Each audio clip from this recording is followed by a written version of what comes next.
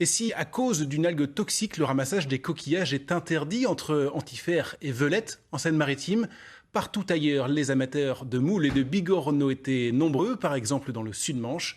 Attention toutefois, car il y a de bonnes pratiques à respecter. Explication avec Émilien David et Claude Leloche.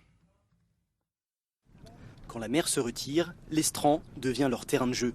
Ces amateurs de pêche à pied cherchent des palourdes, des coques ou des praires, et pas toujours de la bonne façon. Ils sont nombreux à utiliser des râteaux de jardin comme celui-ci, un outil interdit qui dévaste l'habitat des crustacés.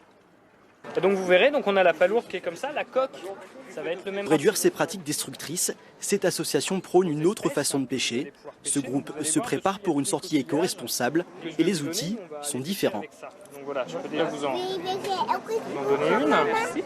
Une cuillère pour creuser moins, mais au bon endroit. Il suffit de repérer ces petits trous à la surface du sable que les crustacés font pour pouvoir se nourrir.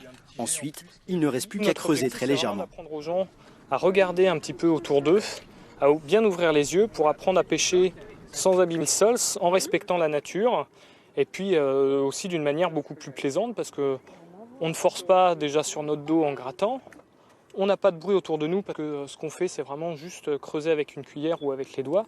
Donc on n'est pas dans un bruit permanent, on a juste à profiter du bon air tout en récoltant en plus quelques espèces pour le repas du soir. Une sensibilisation qui se joue aussi en dehors de l'estran. Sur le front de mer, l'association pour une pêche à pied respectueuse de la ressource dialogue avec les passants, souvent compréhensif, mais ce n'est pas le cas de tout le monde. Il y a d'autres qui nous critiquent parce qu'ils disent ouais, en ancien temps on pêchait comme ça, il nous faut des gros outils, il nous faut. En fin de compte, il y a les deux échos en fin de compte. Bon, il faut résister à tout ça. Lutter contre ces pratiques bien ancrées, l'association en a fait son combat pour que la pêche à pied reste un loisir encore de nombreuses années.